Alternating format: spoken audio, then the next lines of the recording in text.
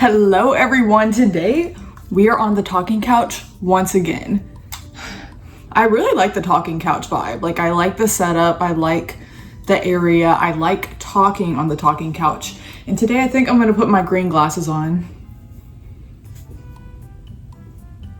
But today I'm going to be giving y'all the ultimate back to school guide, advice, tips, everything you need. And this is coming from an early graduate who played 3 sports in high school, who had a 4.2 GPA. So I'm a pretty trustworthy source. Today I have a different notebook for different reasons. This is where I wrote all of my advice. We've got first day of school, we've got academics, we've got tryouts, we've got making friends, and we've got crushes. Let's get into it. So whether you're about to be a freshman in high school, a sophomore, a junior, a senior, a 6th grader, a 7th grader, an 8th grader, no matter what, you can watch this video and hopefully learn some things from it. All right, let's start with first day of school. First day of school, you're gonna wanna dress up. Dress to impress. You really wanna blow it out of the park with this one. You're more likely to make more friends on the first day of school if you're nice and put together. If you go into the school on your first day in sweatpants and a t-shirt, it just gives you a better impression. Walk in with confidence. You need to walk in looking up. Most of the time, schools make a big deal on the first day of school. There's probably gonna be people at the front door greeting you, people from the bus lines greeting you. You need to walk with confidence. Do not be all up in your phone trying to avoid eye contact with people, okay? Who are people more likely to talk to? Somebody who's walking into school, looking up, very observant, making eye contact with people, greeting people, or are they gonna talk to somebody who's like this?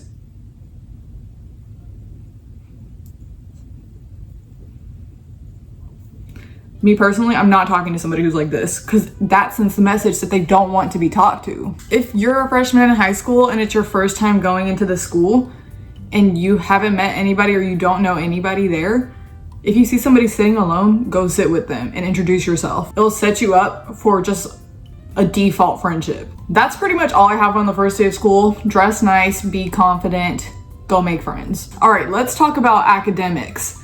I was an academic weapon. Yeah, I've never failed a class, never gotten a D in a class. I think the lowest grade I ever had in a class was a C, and that was only on progress reports, not even on report cards. First thing, I can't stress enough, and a lot of people probably are gonna be like embarrassed about it, be a teacher's pet. Be a teacher's pet. Trust me, it sets you up for so much success in your classes. You need to make the teacher feel like they're important to you, because then you're going to be important to the teacher. You need to make eye contact with your teacher first day when they're talking. Don't be on your phone. Don't be talking to other people in the class. You need to be paying attention to your teacher, nodding, smiling, laughing when they make a joke, because it will give you so many benefits in the future. Imagine if the teacher is talking and they're sharing all their personal shit that you don't give a fuck about, and somebody's on their phone, not paying attention, and then they end up failing that class, and they try to go talk to the teacher, but the teacher's like, well, maybe if you were to pay attention, then I would help you get your grade up. But if you're somebody who's always paying attention and you happen to fail that class, just because you were showing the teacher attention and showing that they mattered to you, it makes the teacher immediately want to help you. I was a teacher's pet in my classes, and guess what? I passed all of them. Let me let y'all in on a little secret. I never studied outside of school, ever. And you know why? It's because I paid attention during class. Like I said, do not be on your phone during class. When the teacher is talking, you need to pay attention to what they're saying.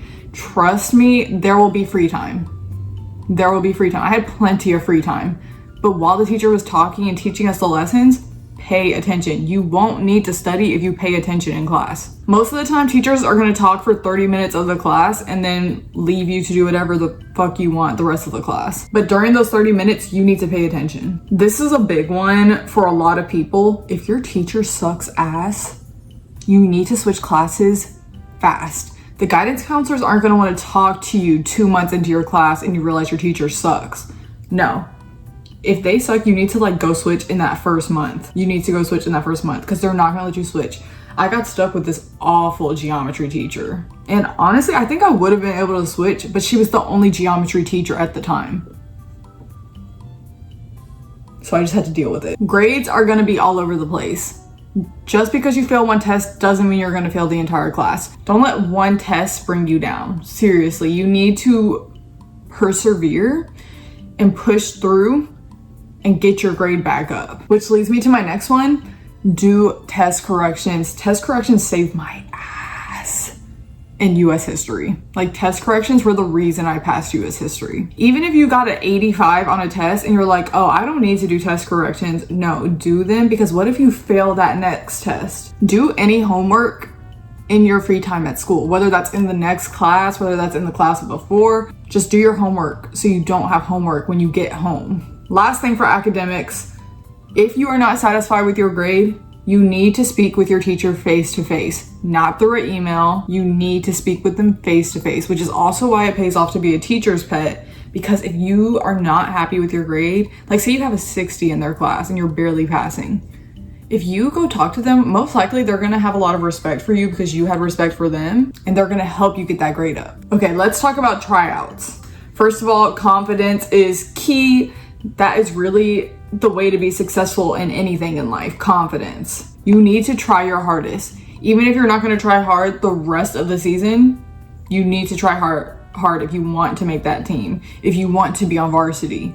Wait, I forgot to give y'all my credentials to even be giving you this advice. I've played multiple sports. I played 3 sports throughout high school. I played volleyball, I played basketball, and I did track, and I've also done softball. And I was on varsity for all of my teams except for volleyball. I was on JV, but I've never been cut from a sports team. So there are my credentials right there. You need to push yourself. At my school, for any tryout, you have to run a mile before the actual tryouts.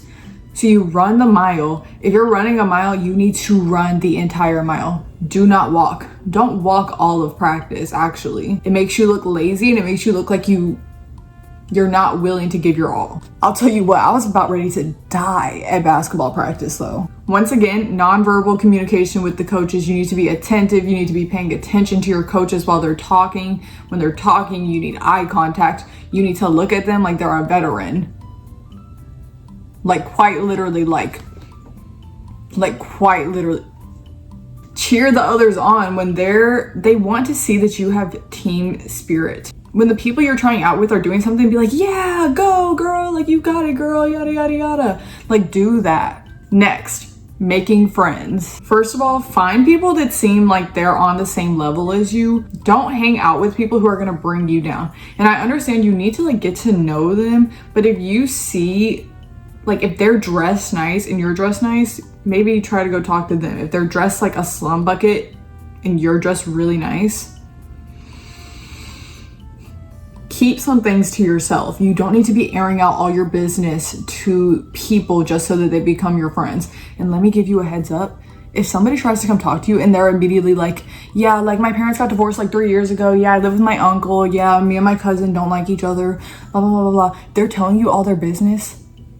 I'm just gonna go ahead and say it's a red flag as a friend. It's a red flag. It's a red. I've experienced it before. People will come up to you and air out all their business. And they try to get you to air out all your business. Don't tell them all your business. They don't need to know all your business. Because trust me, some people just go in there looking for drama. They will use what you said. They will take your words and twist them. Don't try to fit in with big groups. If you naturally migrate, if you naturally become friends with somebody in a big group, that's fine. But I'm saying if you feel like you need to change your if you feel like you need to change your entire personality to fit in with a certain group of girls or a certain group of guys, they are not the ones. Trust me, there are enough people in the school. Once again, like I said, if you see somebody sitting alone and they seem like put together, I would go talk to them. That's all I have to say with friends.